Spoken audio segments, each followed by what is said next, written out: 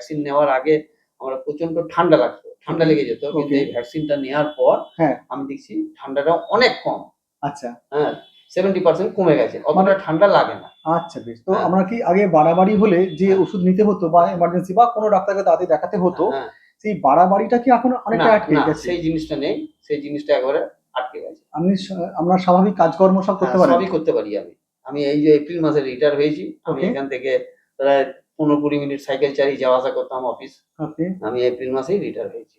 বাহ! তার মানে এখন রিটায়ার লাইফে আপনি ভালোই এনজয় করছেন? ভালোই আছি আমি। মানে কোনো প্রবলেম হচ্ছে না? কোনো প্রবলেম নেই। তো এই যে যখন আপনি ভ্যাকসিন মানে শুনলেন, মানে ভ্যাকসিন নিয়ে বলল, তখন আপনার ১ম এ মানে মনে হয়নি যে ওষুধ, ইনজেকশন, সিরাপ ছাড়া ভ্যাকসিন বলছেন? আমি তখন দেখলাম কি ডাক্তারবাবু তো ভালোর জন্যই তো বলছে, তো নেওয়াটাই উচিত। আমি নিই। আর আপনি পজিটিভ, ডাক্তারবাবু তো আর খারাপের জন্য বলবে না কাউকে। ঠিক। মানুষের রোগ হলে ডাক্তারবাবুর কাছেই আসে। ডাক্তারবাবুই তো ভালো করবে। এই ভ্যাকসিন নিয়ে কি আমরা জ্বর আসে নাকি তাই? না, জ্বর আসে না। ব্যথা খুব হয়? না, ব্যথা আমার কিছুই নেই। আর যখন ভ্যাকসিন দেয়া হয় তখন খুব ব্যথা করে? না, আমার কোনো কিছুই নেই। ওকে।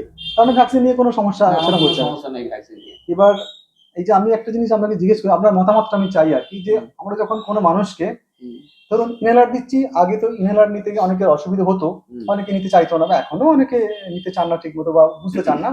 তবু বলবো কি, ইনহেলার সম্বন্ধে মানুষের সচেতনতা বেড়েছে। এবার যখন আমরা ভ্যাকসিন বলি, তখন অনেকেই ভাবেন যে ছোট বাচ্চারা তো ভ্যাকসিন নেবে, বড়দের আবার ভ্যাকসিন কি? তো আপনি তো এখানে রিটায়ার্ড পারসন, তো আপনি যে ভ্যাকসিন নিচ্ছেন, আপনার মনে হয়নি কেউ আপনাকে জিজ্ঞেস করেনি তুমি ভ্যাকসিন নিচ্ছ কেন? আমি জিজ্ঞেস করে এমনও আমি ভ্যাকসিন নিয়ে খুব ভালো আছি। এটা সবাই নেওয়া উচিত, যাদের এই আমার মতন প্রবলেম, ঠান্ডার ধাত তাদের শ্বাসকষ্ট প্রবলেম আছে, তাদেরকে নেওয়াটা উচিত। ঠিক, নেওয়াটাই ভালো। তার মানে যারা ভ্যাকসিনে অনেক সময় আপত্তি করেন বা না জানার জন্য বোধহয় হবে, তাদের উদ্দেশ্যে আপনি কি বলবেন যদি একটু বলেন, ক্যামেরার দিকে তাকিয়ে একটু বলুন। না, তার উদ্দেশ্য নেওয়াটাই উচিত তাদের পক্ষে ভালো। হ্যাঁ, আমি যেমন ভালো আছি, আপনারা সবাই নেবেন।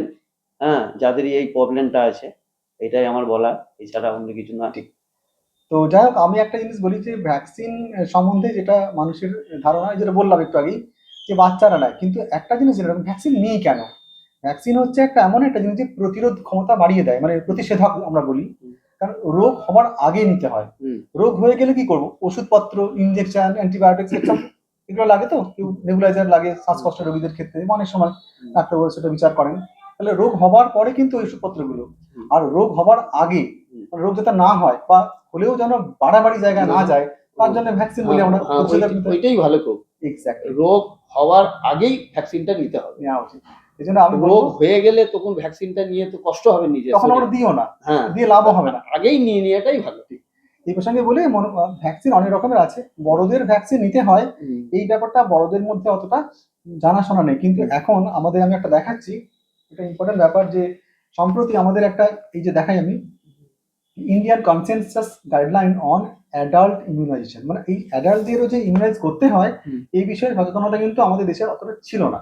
কিন্তু এখন অনেকগুলো বডি, যারা রেগুলেটরি বডি আছেন স্বাস্থ্য ক্ষেত্রে, তারা সবাই মিলিতভাবে সিদ্ধান্ত নিয়েছেন, গভর্নমেন্ট অফ ইন্ডিয়ার কাছে প্রস্তাব আকারে দিয়েছেন, বা একটা গাইডলাইনও আমাদেরকে দিয়েছেন, যে যাতে অ্যাডাল্টরা ভ্যাকসিন নেন। ভ্যাকসিন নিলে আমাদের কস্ট এফেক্টিভ, মানে টাকা পয়সা খরচ কম হয়, নিতে খরচা লাগে ঠিকই, কিন্তু বেড়ে গেলে আরো বেশি জীবনহানি হতে পারে। জীবনহানি হতে পারে, আরো বেশি খরচা, কষ্ট, কিন্তু তার আগে নিয়ে নেওয়াটাই বেটার, এটাই হওয়া উচিত।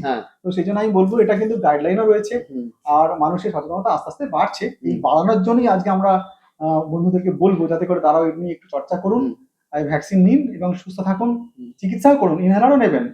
যেগুলো ডাক্তারবাবুরা বলবেন সেগুলো তো শোনা উচিত। আপনি শুনেছেন? তাই জন্য এখন বছরে কবার আসতে হচ্ছে? আমাকে একবারই বছরে। তার পয়সা খরচ কমছে তো, না? পয়সা খরচা তো কমছে বটেই। ঠিক আছে, তো ভালো লাগলো, ভালো থাকবেন।